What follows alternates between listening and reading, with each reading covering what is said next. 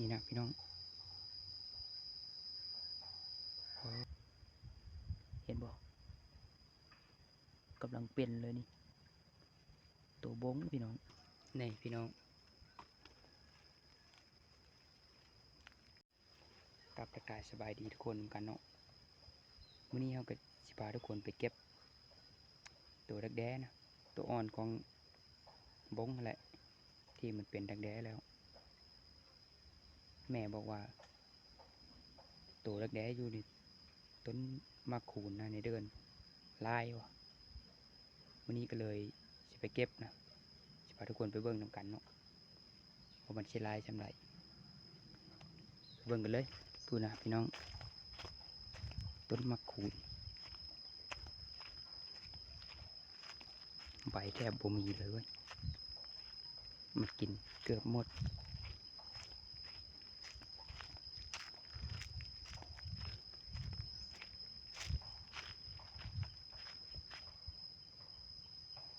มีอยู่บ่เลย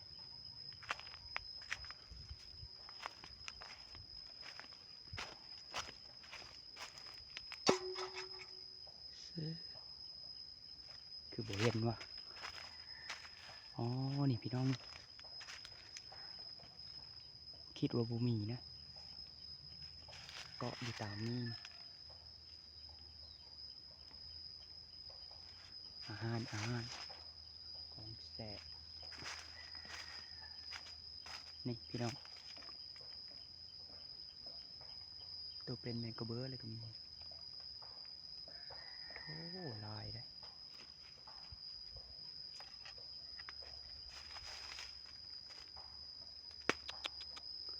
เนาะ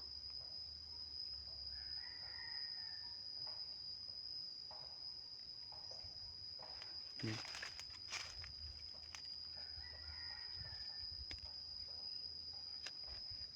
นี่นะพี่น้องโอ้ต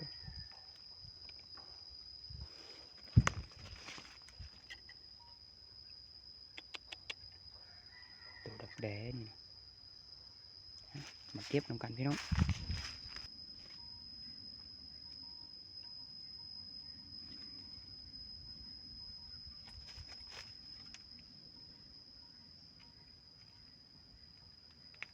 ลายขนาดเว้ย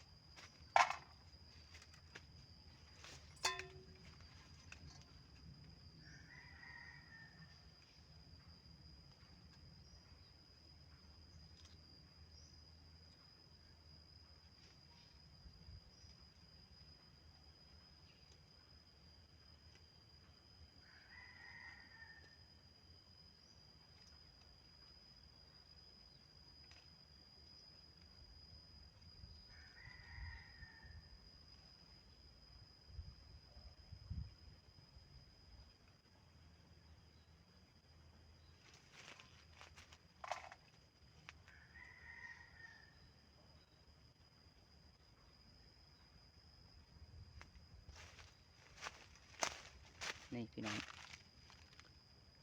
ตัวบงนะมันจะเป็นนี่เห็นบ่กำลังเป็นเลยนี่ตัวบงพี่น้องนี่พี่น้องตัวดักแด้นะนี่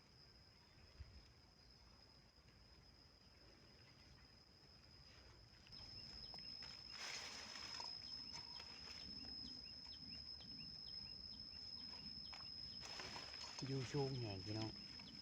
อ้าว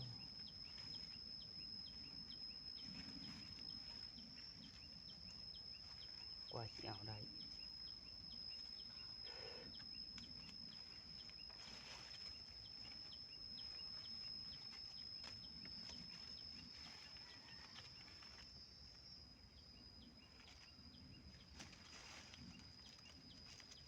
นี่พี่น้อง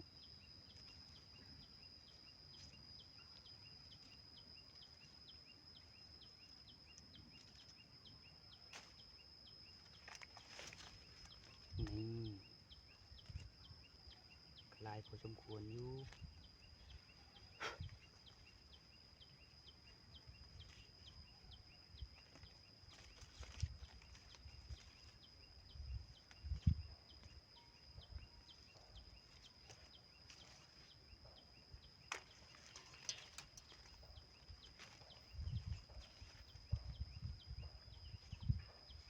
ต้นมะขูนพี่น้องสูงขนาดผมบงกินใบจนเบิดนี่พอลายขนาดบงต้นขุนบกชุกสูงพี่น้องเอาโคตรอย่างนะมาเก็บนางบงก็ได้นี่พี่น้องได้ซ้ำนี้แหละได้โบราณมันส่วนลายมันจะเป็น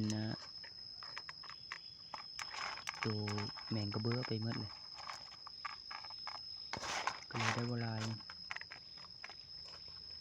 พี่น้องฮู้บ่นี่ตัวที่มันเป็นนี่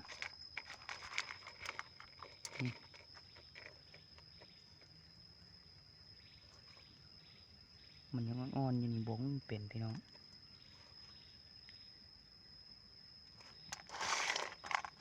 เดินลันทางความแสบนะบงที่เป็นนะนี่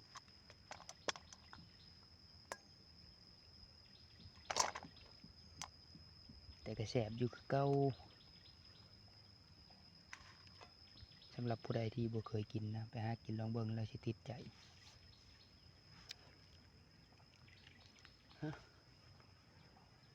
วันนี้ก็จะไปหาเบิ่ง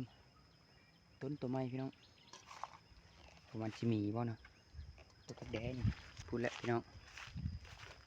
ต้นไม่คูนนะต้นอีกต้นหนึ่งนะโบโบมันจะมีหรือเปล่า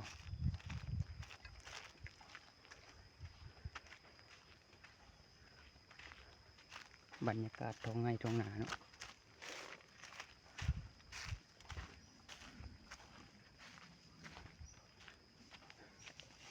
มาเบิ่งนำกันพี่น้อง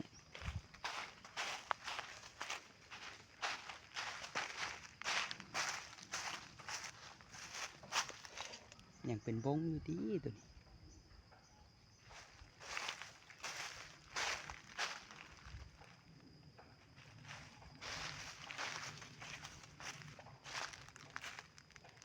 ยังเป็นบงอยู่นี่พี่น้องนี่ยังเป็นตัวบงอยู่ตัวนี้ยังบ่เป็นตะแกนะ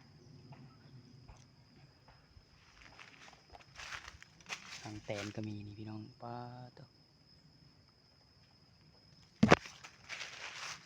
ตัวนี้ยังบ่เป็นนะยังเป็นบงอยู่นี่แหละพี่น้องเบื้องหลังกองความแสบนั่นเป็นบงนี่แหละที่เป็นตัวตะแกนะบ่มีช้ำพี่น้องคลิปนี้ก็สิจบเพียงเท่านี้แหละพี่น้องขอบใจทุกคนที่เบิ่งคลิปจนต้นจบนะเจอกันใหม่คลิปหน้าพี่น้องบ๊ายบาย